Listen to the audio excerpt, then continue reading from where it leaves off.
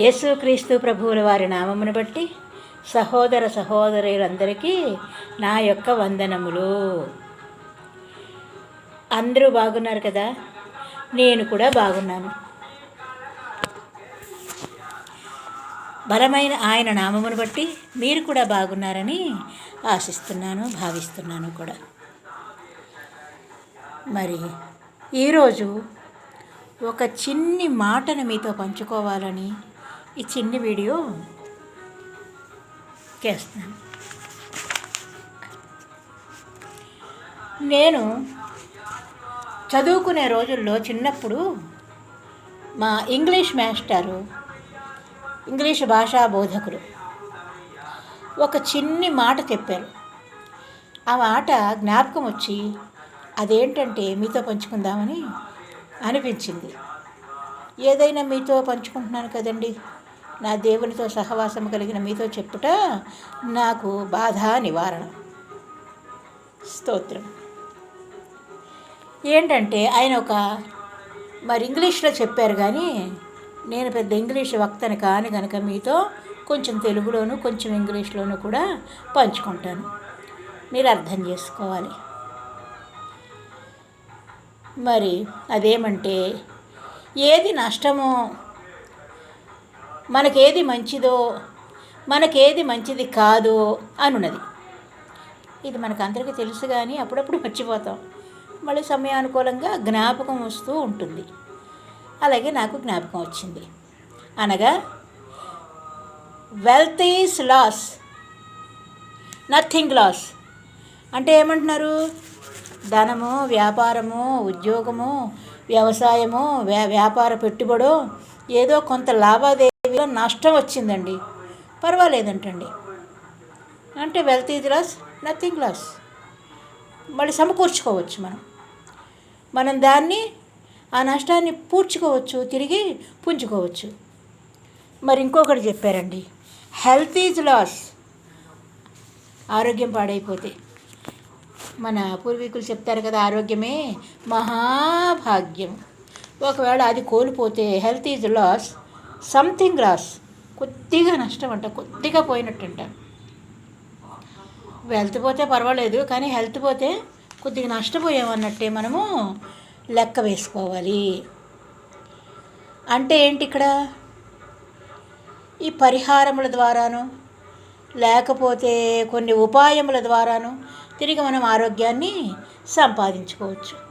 కానీ ఇంకో మాట చెప్పారు, but character is loss, everything is loss. చూసారా ఈ క్యాప్షన్ ఎలా ఉందో? Wealth is loss, nothing loss. Health is loss, something loss. But character is loss, everything is loss. అంటే మన క్యారెక్టర్ బాగోపోతే, అది లాస్ అయితే, అది చెడిపోతే, చెడగొట్టుకుంటే ఇక అన్నీ పోయినట్టే. అన్నీ ఉన్నా మనకు లేనట్టే మనం లెక్కేసుకోవాలి. ఇంకా సర్వం కోల్పోయినట్టే. అనగా ఏది ఉన్నా లేకున్నా మన క్యారెక్టర్ని కాపాడుకోవాలి. అంటే క్యారెక్టర్ అంటే మన స్వచ్ఛతని కాపాడుకోవాలి. ఈ స్వచ్ఛత అనేది ఆలోచనలు, అంతరంగము, ఊహలు, ఉద్దేశపూర్వకములు, హృదయపూర్వకము మరియు శారీరక మానసిక క్రియల రూపములో కూడా, అంటే మనసా వాచా కర్మణ అంటారు కదా, అదన్నమాట. ఈ స్వచ్ఛతని మనం కాపాడుకోవాలి. అదే దేవునికి ఇష్టం. క్యారెక్టర్ అంటే మీకు తెలిసిందే, జీరో టాలరెంట్, సంపూర్ణ స్వచ్ఛత. కాస్త కూస్తా డిస్కౌంట్ ఏమి ఉండదండి అక్కడ.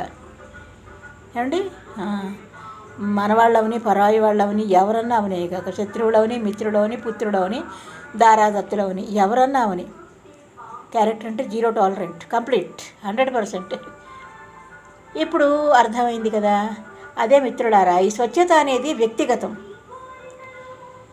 ఇది ఎవరికి సంబంధించింది కాదు, ఎవరిది వారికే. ఒకరిది ఇంకొకరికి రాదు. ఇది పంచిపెట్టేది కాదు, దానం ఇచ్చేది కాదు, ధర్మం చేసేది కాదు. ఇది ఎవరి నుంచి ఎవరికి దారాదత్తం చేసేది కాదు, ఇచ్చేది కాదు, పుచ్చుకునేది కూడా కాదు. ఇది ఎలాగా అంటే, మరి మనకి రావాలి అంటే కేవలం ఇది దేవుని వద్ద నుండే, దేవాది దేవుని వద్ద నుండే మాత్రమే ఇది మనకి పాస్ అవ్వాలి. ఇది వారసత్వంగా రావాలి అంతే. మరి ఇది ఏది చేస్తే మనం ఎలా ఉంటే ఆయనకు ఇష్టమో, ఆయన మనకి జీరో టాలరెంట్ ఇస్తాడో, మరి జీరో టాలరెంట్గా ఉంటేనే కానీ ఆయన మనల్ని కంప్లీట్గా అంగీకరించడు. ఆయన అంగీకరిస్తే కానీ మనకి ఇంకొక మార్గం లేదు. నేనే మార్గమును సత్యమును జీవమునైన దేవుడు, అది పూర్ణ ఆత్మతో, పూర్ణ బలముతో, పూర్ణ వివేకముతో ఆయనని ఆరాధించాలన్నారు. ఇది సంపూర్తిగా మనం తెలుసుకుందాము మరొక చిన్ని వీడియోలో. హ్యాపీ క్రిస్మస్ అందరికీ. రాజుల రాజు రాబోతున్నాడు కనుక ఆయన చేతబడి రాజ్యములో ఆ గుంపులో నేను ఉండాలని సదా సర్వదా ప్రయత్నిస్తున్నాను. మరి మీరు కూడా ఉండాలని ఆశపడుతున్నాను. అందరము కలిసి ఆయన సామ్రాజ్యంలో పాలుపంపులు పంచుకుందాం. ఆయనకే, ఆ నీతిమంతునికే సమస్త ఘనత, మహిమ, ప్రభావములు కలుగునుగాక. ఆమేన్. Praise the lord.